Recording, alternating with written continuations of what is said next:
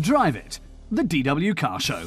Coming up, a beast from a bygone era, the Bentley 4.5 litre. 2 wheels better, the Romaniacs Endurance Rally. Plus a new car with an old name, the Hyundai Tucson.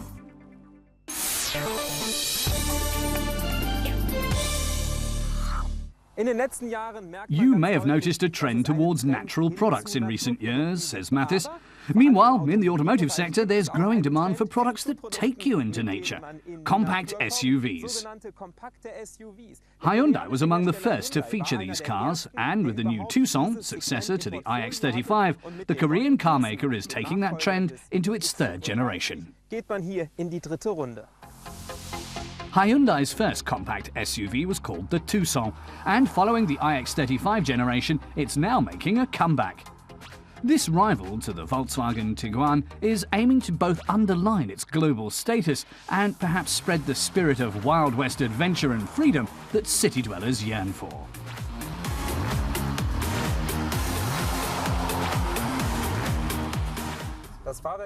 Mathis finds the suspension pretty stiff, which you really notice on uneven roads. It's generally nice enough, but now and again it's a little excessive. The new Tucson was developed at Hyundai's Europe Technical Center in Rüsselsheim and built in Nozovice in the Czech Republic. Our edition generates 130 kilowatts of power and comes with all-wheel drive and a 7-speed dual-clutch transmission. It makes the dash to 100 kilometers per hour in 9.8 seconds. Official fuel consumption is 7.5 liters per 100 kilometers. CO2 emissions are 175 grams per kilometer. Mathis likes the feel at the wheel, but the material could be a bit softer. Longer, wider, more spacious, more assists and more engines. That's effectively how Hyundai is presenting the new Tucson to the world. The chunky design gives it an assured appearance. In figures, almost 7 centimeters longer, 3 centimeters wider, 3 centimeters more in the wheelbase, and 1 centimeter lower. That adds up to a dynamic and full-bodied look.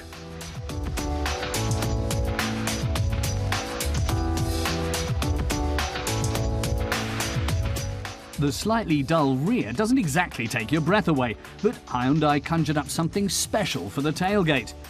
Accessing the rear in some rival models can force you into a balancing act, but the Tucson opens up automatically if you hang around the back long enough with the key in your pocket.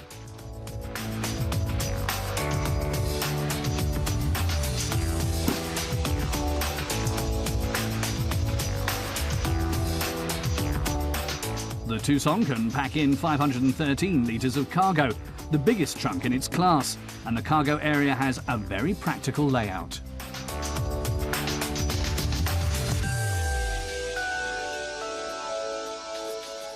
With the rear seats folded down, that cargo capacity increases to a maximum of 1,503 litres.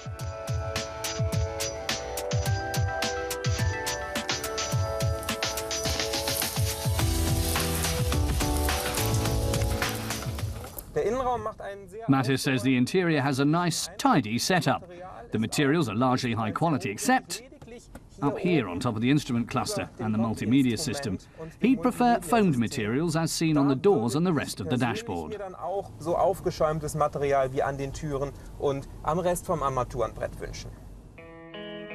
Get in, turn on and relax. The comforts associated with the Mercedes or Volkswagen are also available with this Hyundai. The Tucson has a sober but distinguished design.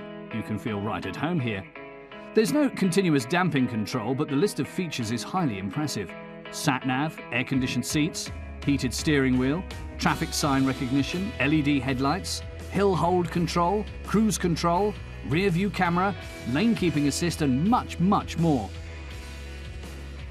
The top equipment line leaves nothing to be desired.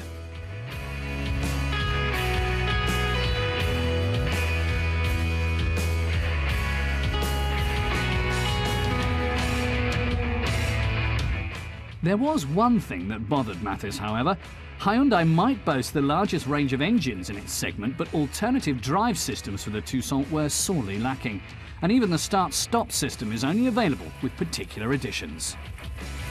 Mattis couldn't care less if the car's called Tucson or iX35. What hasn't changed is the good price to performance. This car costs around €36,000 plus extras, and the basic version comes with loads of nice features.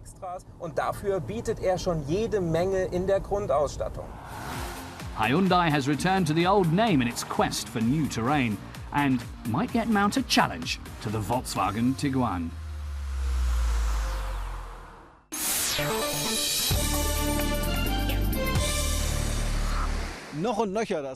There seem to be no bounds to the Mini Countryman, says our carman, Reinhold. It now has even more doors, more space and more variability. The John Cooper Works aerodynamic kit includes a different bumper, a different diffuser and side sills. Let's see how that works in conjunction with the high-torque diesel engine. The John Cooper Works aerodynamic package is available with the most powerful diesel and gasoline engines. We checked out the 105 kilowatt diesel unit with a torque of 305 Newton meters. It's an efficient option for car buyers, consuming just 4.7 litres of fuel per 100 kilometres.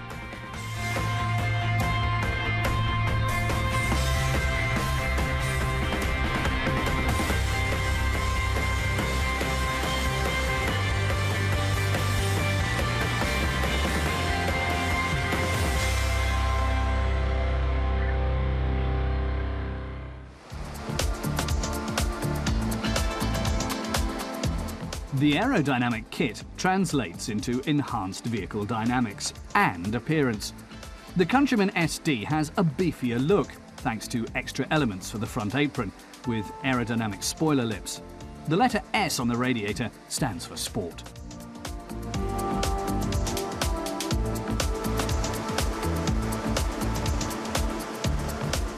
And that package also includes sporty elements for the rear apron with an efficient diffuser.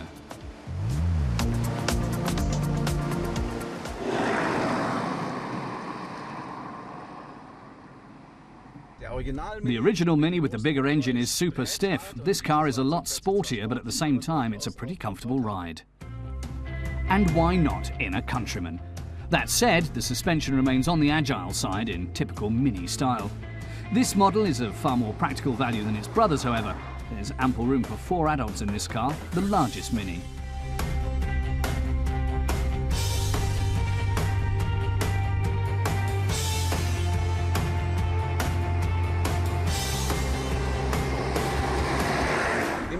Inside, the only sign of it being the special John Cooper Works edition is a plaque, notes Reinhold. Although this is all about the aerodynamic kit, which you only notice visibly from the outside. The Countryman offers 350 litres of cargo room. If you need more, you can expand it to a maximum of 1,170 litres.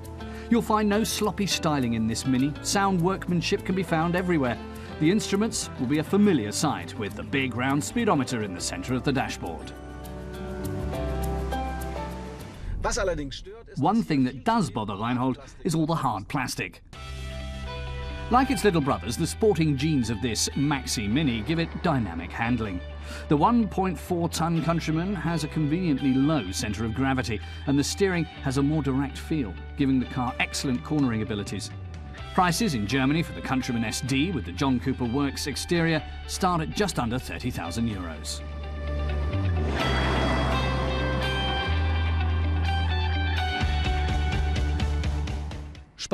You might not associate the modern upscale Mini with economy, but our test car showed us otherwise. The Countryman with the John Cooper Works aerodynamic kit costs €10,000 less than the edition with the really big gasoline engine, but looks identical.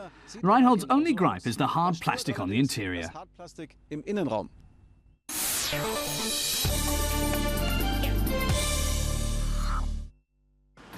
Common garden vegetables sliced by a perfectly normal car window. Is that really possible? When kids start playing around with power windows, watch out. That's because manufacturers often fail to provide anti-trap protection for the back windows. If that's the case, the window will keep going up as long as someone keeps a finger on the controls. We conducted a test.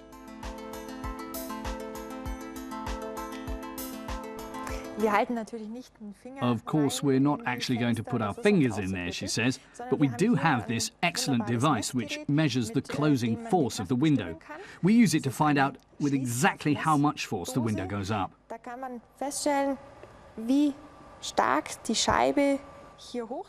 She's really got to push down very hard, and that shows the enormous scale of force involved.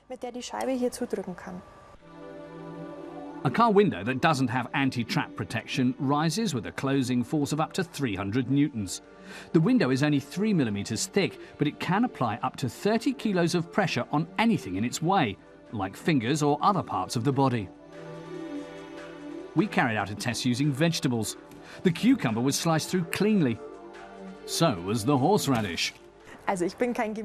I'm no expert on vegetables, she says, but I think it's safe to say that you need a lot of force to cut through a 7-centimeter thick horseradish. What happens when we do the same test with a window that does have anti-trap protection? The window is still moving with a force of 50 newtons, or 5 kilos, but there's no damage to the tomato. But about 20% of all cars with power windows don't have anti-trap protection. It's easy to find out whether yours does.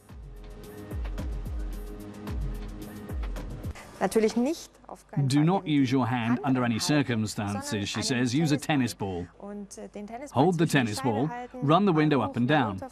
Either the window stops when it touches the ball and goes back down, or it grabs the ball and holds it there.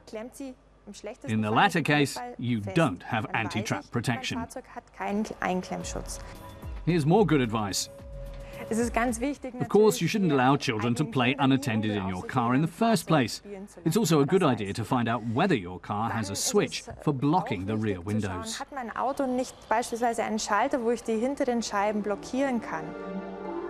If you do have such a system, you might be kept busy, but everyone inside will be safe.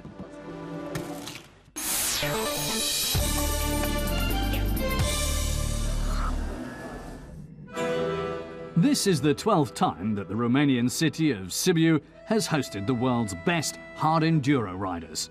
It's the Romaniacs Rally. As usual, the riders have to slog their way through an unusually demanding course. It's not a race for the faint-hearted. Only the most talented and experienced riders will manage to even finish. Last year, Britain's Johnny Walker pulled off a major upset by winning the event, despite fierce competition from his countryman and 4-time Romaniacs winner, Graham Jarvis.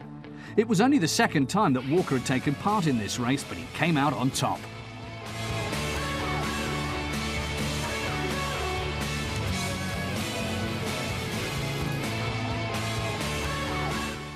Jarvis was defending champion and finished a close second. Walker and Jarvis celebrated at the end of the race and set the stage for what would certainly be a world-class face-off at the 2015 instalment. Now, it was Walker's turn to defend his title. Obviously, I've come here to win, but so has another 5 other guys. Jarvis wants another shot. Well, you know, if I've won 4 times, I can't really say I'm coming here to just be on the podium. So I'm here to win. But Wade Young, Paul Bolton, Andreas Lettenbichler and Alfredo Gomez also fancy their chances. Walker will certainly have his work cut out for him. The Romaniacs is a 5-day competition.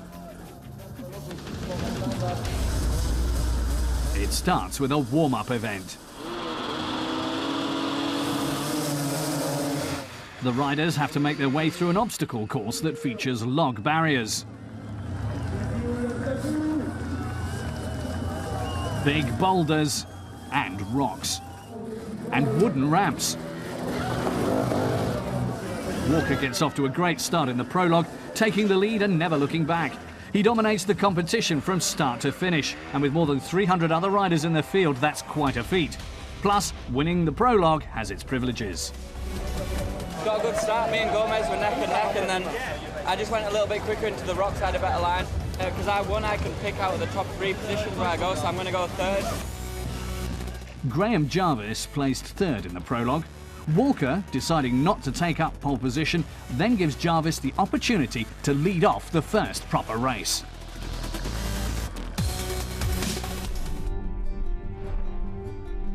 The course on day one covers a total of 129 kilometres. I'm out in front, so nobody to follow. Just going to have to follow my GPS and just go flat out, I think, and hope the guys behind don't catch up. Jarvis gets the race going. Gomez and Walker wait patiently until it's their turn.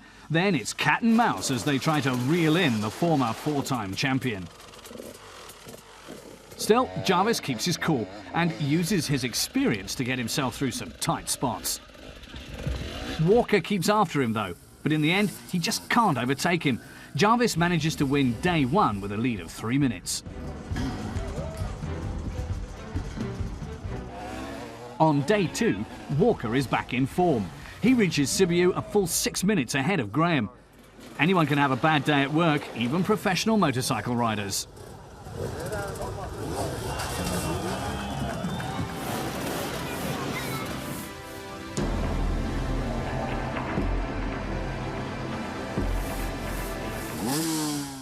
On day three, Walker is brimming with confidence.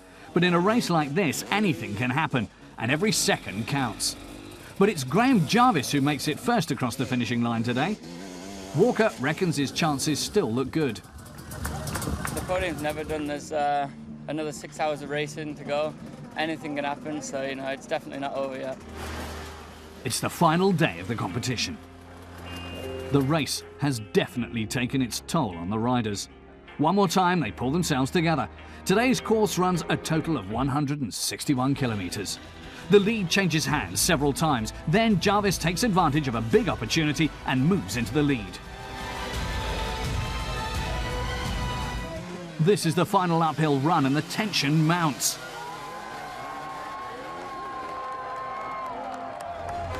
The next obstacle, a big mud pit. Walker crashes his bike. But Jarvis makes it through with a crafty little manoeuvre.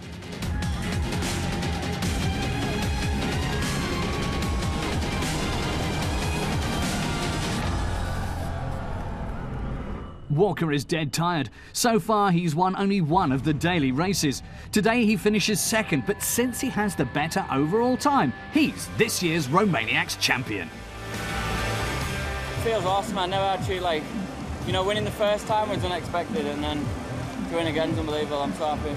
Well, Johnny caught me up straight away, so once he does that, it's very difficult to lose him and gain any time. So I just stuck with him as much as I could, and then he had a big push towards the end. Managed to pass him, but he just wasn't enough. Alfredo Gomez comes in third. It was one of the most exciting races in Romaniacs history.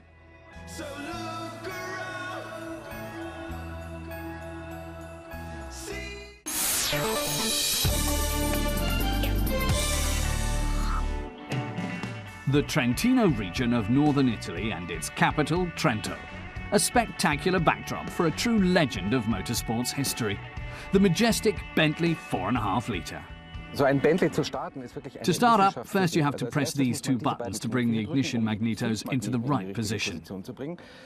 Then you turn on the gasoline pump and use the levers to adjust the hand throttle and pre-ignition. The tension mounts as Christoph gets ready to roll. Nichts passiert. Oh dear. But Christoph gives it another go. Wir probieren das nochmal.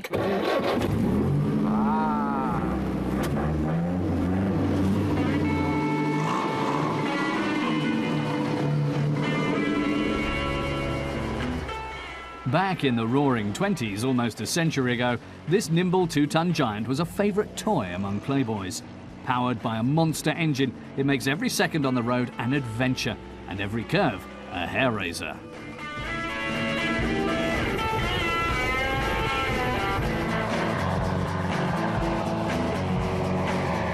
There's no replacement for displacement. Indeed, the words of none other than Walter Owen Bentley, known as W.O.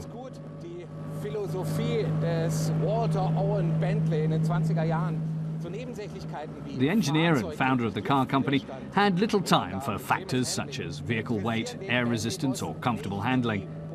If a car was too slow, the answer was a bigger engine. And in the case of Bentley, those power plants went up to 8 litres. The unit inside the Bentley 4.5 litre packed just the 4 cylinders, but a capacity of 4.4 litres. Its 110 horsepower could take the mean machine to a top speed of 150 kilometres per hour. By 1927 standards, an out-of-this-world figure.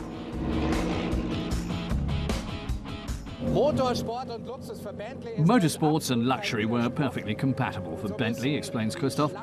That meant the battleships made in Cricklewood, London, had to do the business on the racetrack too. In the mid-20s, Bentley's 3-litre model had won the 24-hour of Le Mans twice, but was no longer cutting edge. The more modern but awfully heavy 6.5-litre model went through tyres quicker than you could change them. Bentley's solution? Cutting 2 cylinders out of the 6.5-litre. And a legend was born. The Bentley 4.5 litre. Der legendäre Bentley 4,5 Liter. The Bentley 4.5 litre was made for Le Mans. The no-nonsense beefcake gritted its way around lap after lap. Wolf Bonato and Bernard Rubin took turns at the wheel, 2 of the famous club of wealthy motorists known as the Bentley Boys.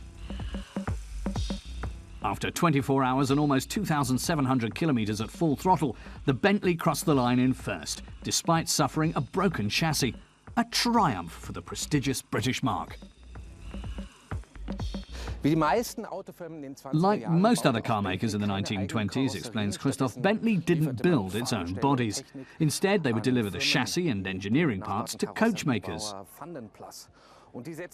In Bentley's case, that was Vandenplas, likewise based in London, who added an ash frame with artificial leather. The buyer of this model opted for the sporty open tourer version, today the most coveted and expensive Bentley 4.5 litre. An original Bentley 4.5 litre will easily set you back €1 million plus today. It comes with fully adjustable friction dampers, headlights with stone guards, and tiny windshields. The drum brakes on all 4 wheels are not that effective, while the small leather-clad seats offer little in the way of lateral support. The cord-wrapped steering wheel would look at home on an ocean liner bridge, and it takes some muscle to operate. Wow, the cast-iron engine alone weighs about as much as a modern small car. Mr. Bentley started out as a locomotive designer, of course. 4 cylinders, a 4.4 litre displacement, 110 horsepower. It all looks a bit old-fashioned now, but this car was ahead of its time. Christoph recalls the 16V label turning up in the 1980s. Here we have 4 cylinders and 4 valves, equals 16V, 60 years before the likes of the Golf. This Bentley has 4 extra ignition plugs on board. It wasn't until the 1930s that high-performance cars no longer needed pre-ignition plugs. The Bentley 4.5 litres engine generates up to 4,000 RPM. But even at minimal revs, this awesome beast of yesteryear pumps out a monumental torque.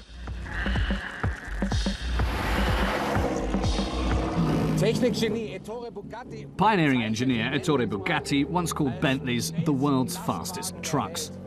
This 4.5 litre cannot hide its weight of almost 2 tons, so it takes a tremendous effort to push it around bends. The braking distances are never ending, and the unsynchronized 4-speed transmission is a physical challenge all the way to your fingertips. A couple of hours in a Bentley is a real workout.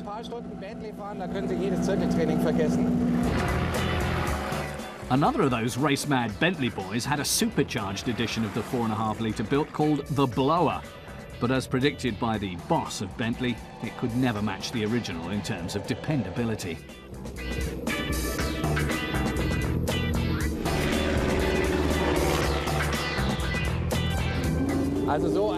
A pre-war Bentley looks like a relic from a bygone era when brute force ruled, a dinosaur in the evolution of sports cars.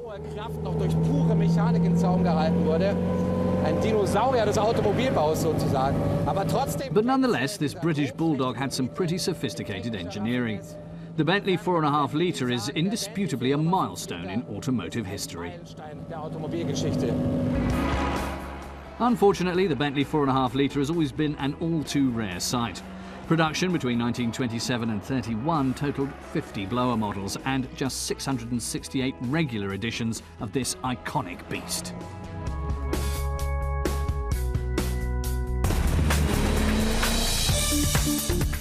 Next time on Drive It, generous room in the new VW Touran.